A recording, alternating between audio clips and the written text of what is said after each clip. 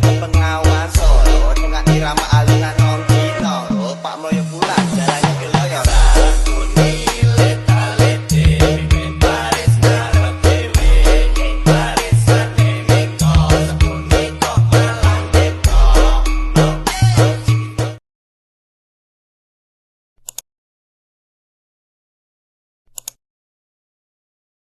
Alhamdulillah ya Ma, dana PIP udah cair, bisa beli sepatu sama tas baru. Iya, alhamdulillah ya anak. Kamu udah kasihan banget, sepatu kamu udah bolong-bolong, tas kamu juga udah mangap-mangap. Sedih ya Bun. Iya. Sebenarnya kita ngambilnya di mana nih? Kita ketemu kepala sekolah dulu, di situ tuh ruangan. Oke.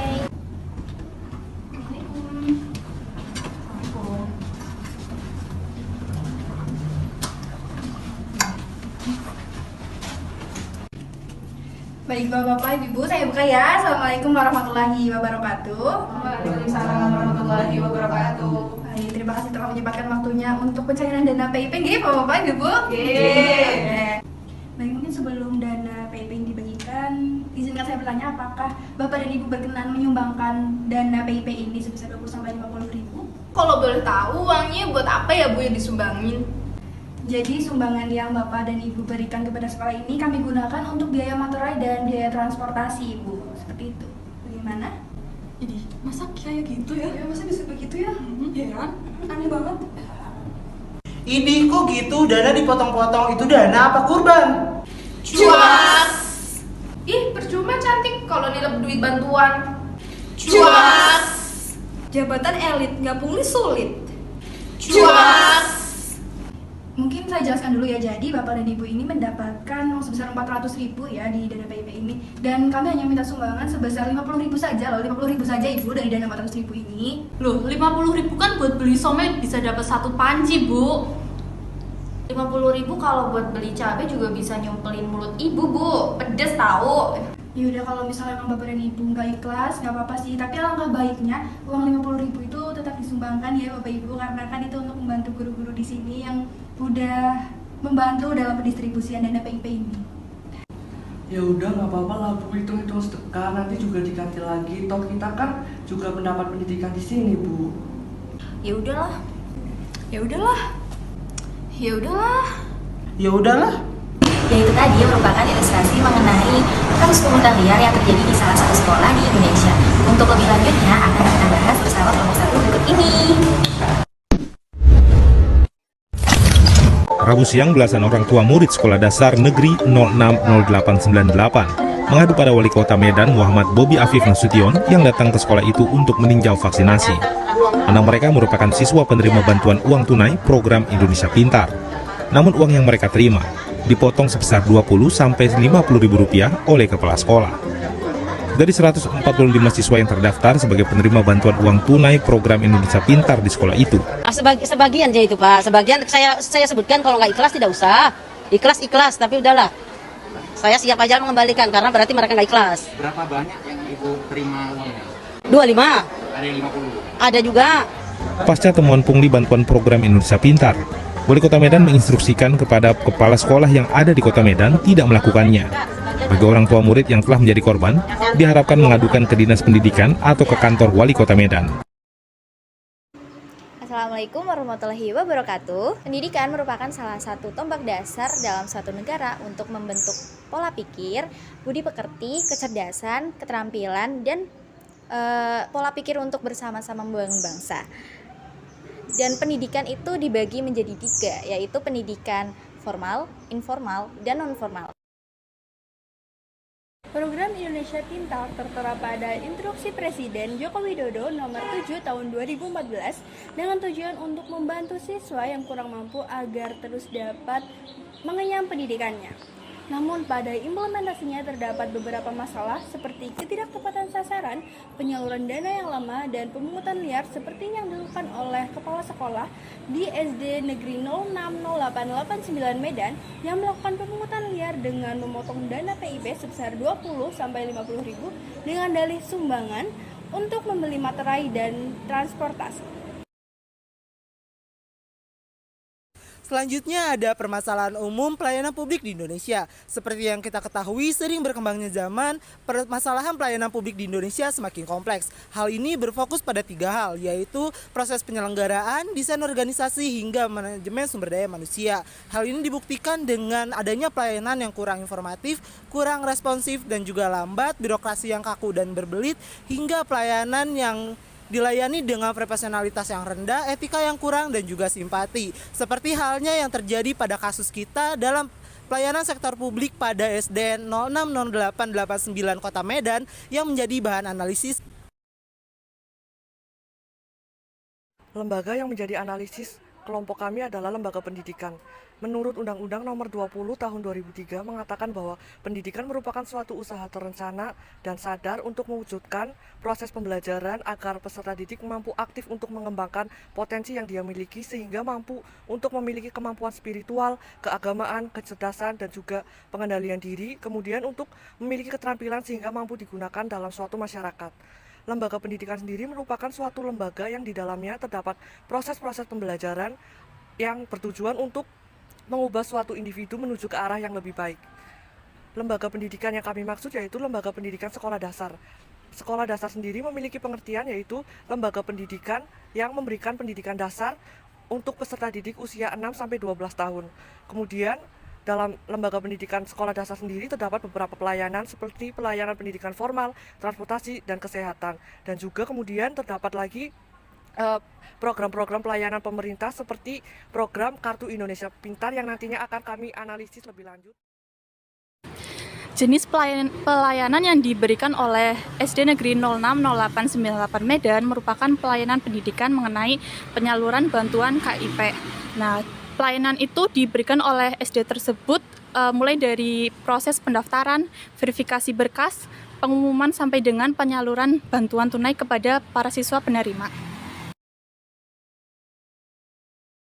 Oke, terkait dengan siapa pengguna dari pelayanan publik dari kasus yang kami angkat. Pengguna dari pelayanan publik dari kasus yang kita angkat adalah mengenai layanan bantuan tunai dari program Kartu Indonesia Pintar adalah siswa-siswi di SD Negeri 060898 di Medan, Provinsi Sumatera Utara, yaitu sebanyak 145 siswa-siswi yang mendapatkan program Kartu Indonesia Pintar beserta dengan orang tua dan wali muridnya.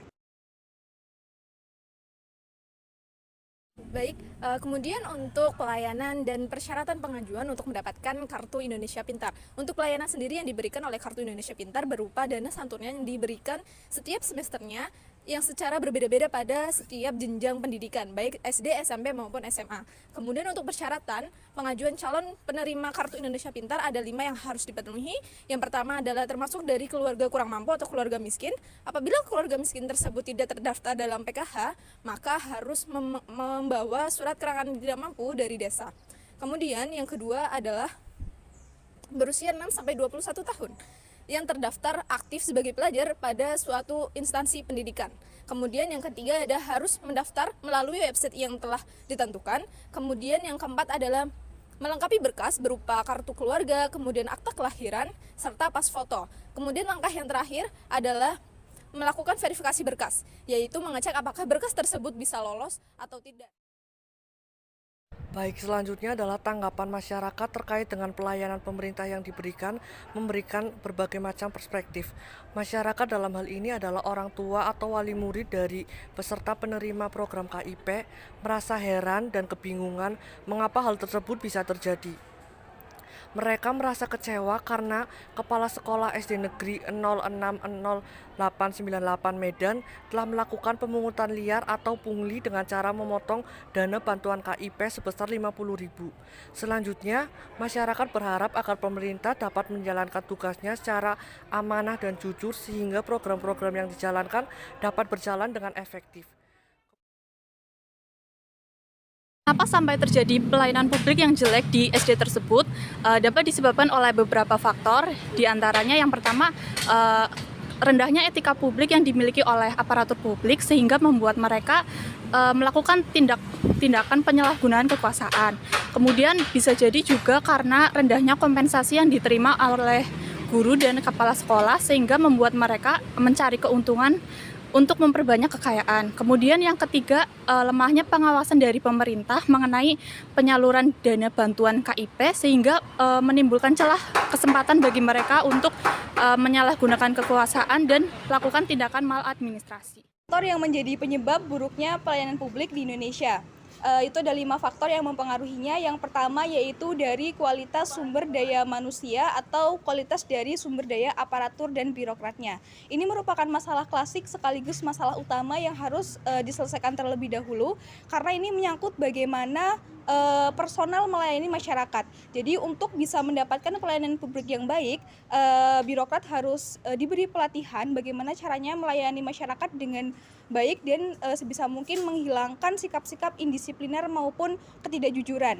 Kemudian yang kedua yaitu ada pola pikir, kinerja organisasi dan juga perilaku dari birokrat, yang mana ini sangat mempengaruhi kualitas pelayanan publik.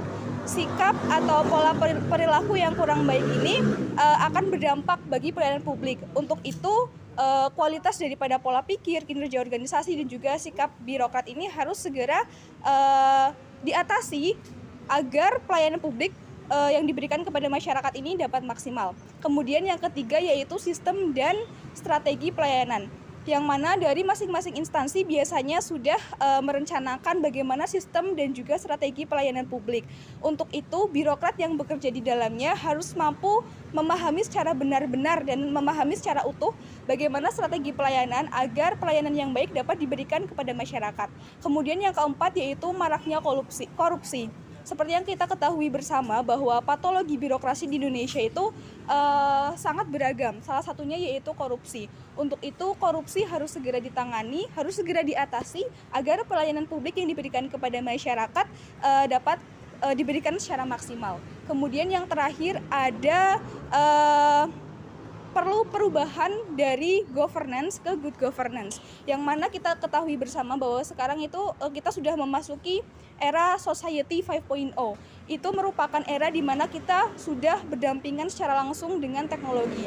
Untuk itu pelayanan publik yang baik harus mampu mengkombinasikan bagaimana caranya memanfaatkan teknologi untuk memberikan pelayanan publik yang baik kepada masyarakat. Lalu apa yang dapat dilakukan oleh lembaga publik dalam meningkatkan pelayanannya terhadap masyarakat? Ada 6 cara yang dapat dilakukan. Yang pertama adalah dengan menetapkan atau menekankan tujuan dari organisasi itu sendiri, kemudian memanfaatkan sumber daya manusia yang ada sesuai dengan kapasitas mereka sehingga mereka dapat melaksanakan tugas secara maksimal dan sederhana ruang dari organisasi tersebut atau dari struktur organisasi itu sendiri. Kemudian kedua adalah dengan profesionalitas pejabat. Dengan pejabat yang profesional, maka masyarakat akan lebih merasa puas dengan pelayanan yang diberikan. Kemudian yang ketiga adalah korporatisasi dari suatu organisasi publik, sehingga unit organisasi tersebut atau unit dari pelayanan publik tersebut dapat lebih mandiri dalam memberikan pelayanan.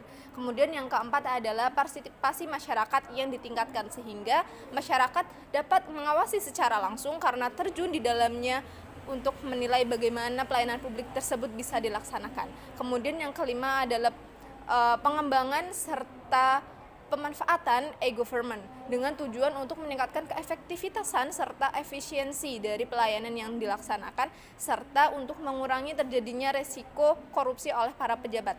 Dan yang terakhir adalah pemberian penghargaan serta insentif.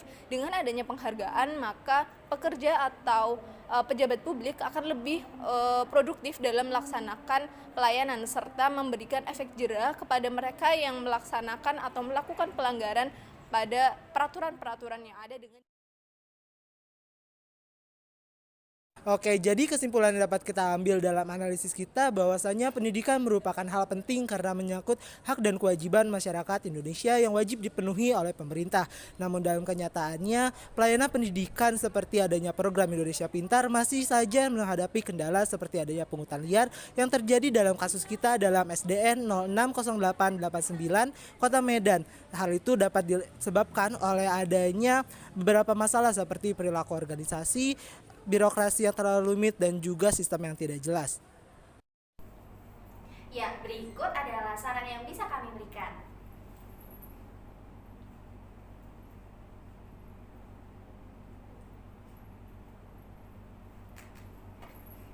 Sekian dari kelompok kami.